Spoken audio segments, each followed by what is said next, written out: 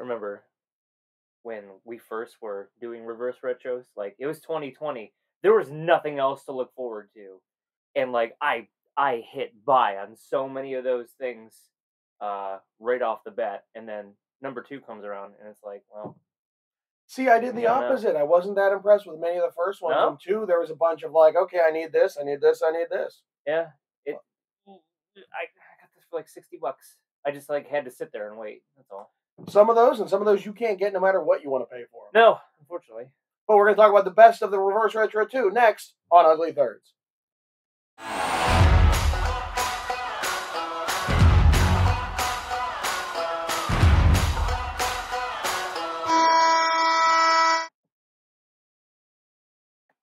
Welcome, sports fans, to another episode of Ugly Thirds. Today's topic will be top 3 of the Reverse Retros 2.0 series. John and Shrems, take it away.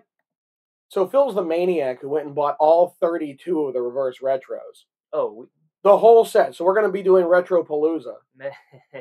Money bags over there? You might, yeah, right. On that teacher's salary. How he's doing that, I don't know. So he's running my jerseys out. That's what it is. There's a whole rental program happening under my nose. So we're going to do a bunch with this collection because we have it. We might as well use it. Might as well. And then Phil can return them because the tags are still on them. Don't put it past him. All right. So the third best. Yeah, do it. Nashville Predators. Why? Now, this was more you than it was me. I went out and I made sure I bought one of these. And I actually had to go online to a store in North Dakota to find it. Yeah. Like, you couldn't find it on any of the main series. It was all the little guys, independent vendors. Sure. I think this takes the Mustard Cat, which is one of the most maligned jerseys out there, and fixes it. Could you, like, if you think back to when that thing came out, like, you have this vile pea green, it's over there yellow, in that pile. If you can... Oh, that's a big pile of jerseys over there. Go for it. Okay. Go for it. As we talk about the amongst pile, yourselves. The Talk pea amongst pile, yourselves. Mustard's what they choose to go with. Oh, there it is. That was easy. See, I told you, it it's all the props crowd. are right there. All right.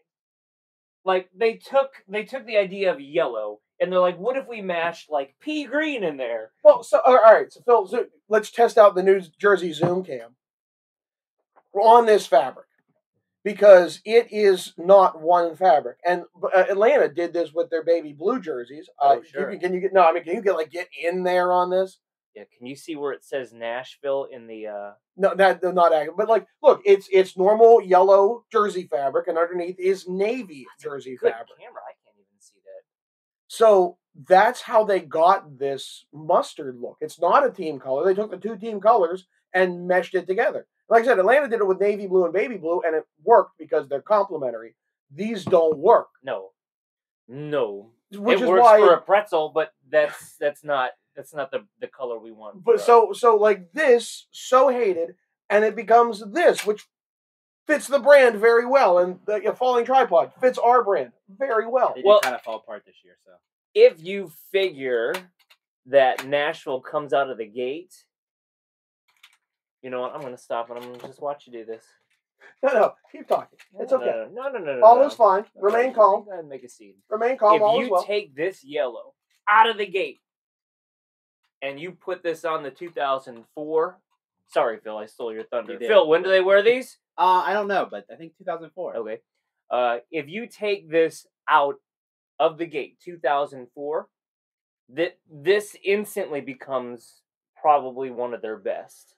I mean, I know people don't love the animated logo. It is from a different era. Yeah. I don't hate it. I mean, No. it's not as good as the regular, but I certainly don't dislike it. No, it's not terrible. But that being said, and silver complements well. Yeah, and the white's well used. Like silver, I like everything about this. The color combination spot on. But I will say Nashville over the two reverse retro series may have like the 2 best. Yeah. Like if you're looking at both of them together, like the team got it right the first time and did pretty well the second time. Other than Pittsburgh, because I have to have all of them. The only 2 teams I bought both of them are on this list. Yeah. That's not bad. So, number 3, Nashville. Let's wait for that tripod to fall over again. This one's mine. Yeah, you were adamant about this one. Adamant about getting them on there. Minnesota. Yeah.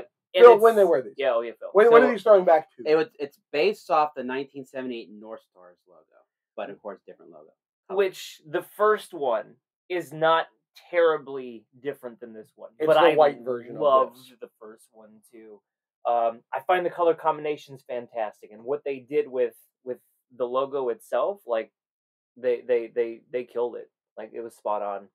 The logo, I agree with. I think this is too bright. I think it's just two bright colors together. Yeah. I think when the North Stars added black, which okay, stars themselves are not gold or are not black, but the sky is. So it made it logically made sense to me. Yeah. I think that little bit of black, offsets. Same thing as Calgary's problem with the red and gold. Oh sure. I think that little bit of black makes it really pop. Where they went before that. And I think probably because they figured the black is more Dallas Stars territory, that where custody of the North Stars goes, I think is a real question mark in the NHL. Something we don't get to see. That's a behind closed doors thing. And I feel like once they added black, that early 90s era is Dallas's. Yep. And Minnesota is laying claim to everything before that. That's a theory. I think this whole idea of reverse retro has brought out the fact that we are recognizing the North Stars in Minnesota. It's true, they haven't. We're recognizing, and you always wanted it ever since Colorado started. Would they ever throw back to Quebec? Right. And they did with their reverse retro. Like we're recognizing that we had previous franchises. Right. It's no longer a taboo subject of a team moved and we're never going to mention them again. Like it would be fun fact before, and now it's like, rocket. But much like Nashville, like the two of these, very well done, and it didn't take much effort. Like it didn't take much rearranging. Like, and it made perfect sense. I think it's straight up. I mean, other than fitting it to the Adidas template, because this thing was squared off back in the day. Yeah. Like, it's the exact jersey. It's not really done anything other than changing the logo, which is something. Yeah. That's a thing. But and green and yellow stands out in the NHL. It does. Yeah, green is way underused. I love this jersey. I love this one so much until I saw it.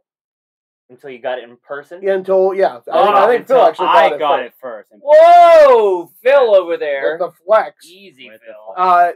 So Vancouver Canucks, what are they throwing back to? The 1962 WHL uniform. Yeah, so the Vancouver Canucks were created in 1970 alongside the Buffalo Sabres. This goes to a previous team, also called the Vancouver Canucks. You had some weird numbering things. I can't wait to get customized ones of these because the numbers are goofy. There's a front one and a sleeve one, but not this sleeve. I don't get that. But some teams save $3 on numbers somewhere. Space for the ad. Come on. Hey, come on. Oh, on the sleeve? That's how. Eventually, probably. But look, everyone has wanted Johnny Canuck for a very long time. Let's put it front and center. Johnny Canuck has been something everyone has wanted. Yeah. And there's been some great concepts of what if you use Johnny Canuck as an aviator, because he's a World War II thing is really where he comes from.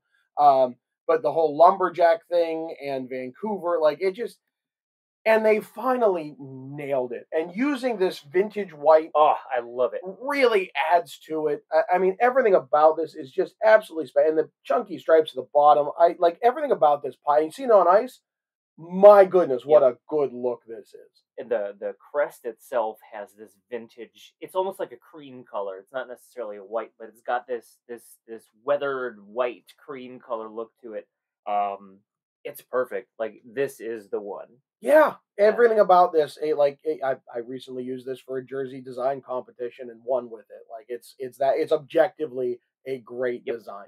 Yep. So when it comes to the best 3 reverse retros of Reverse Retro 2, I don't know how you find that. Look, could you make arguments? I suppose, but I think this is a really solid list. Nobody argues on the internet, which is good. If you had to pick a runner-up for 4th place, quickly. Oh my God! Oh, now you're gonna make us think. Just think. Look, I think Pittsburgh is way up there. Boston. I mean, people are gonna yell at us for not including Boston on this list. Boston's good. Like, Boston, it reverse retroed. I think it improved on the original as well. The gold was a bit much. In white, it's a bit more understated. I'd probably say Boston. Pittsburgh in 5th. Boston and Pittsburgh, Shrimps? I'm gonna lean towards Pittsburgh. Like, I do like the Pens look. And mine was, Boston, Pittsburgh actually too. So, any thoughts? I mean, is your collection, Phil? I don't think we should freeze you out entirely. No, I mean, I think it's kind of hard. I was trying not to pick Pittsburgh for the best one because, as a Pens fan. I'm trying not to be a homer, but like these are excellent choices, and I can't wait to get the 2 of them customized. Oh. All right. Well, on that note, Phil, take us out. Don't forget to hit that like and subscribe button, and tune in for another episode of Ugly Thirds.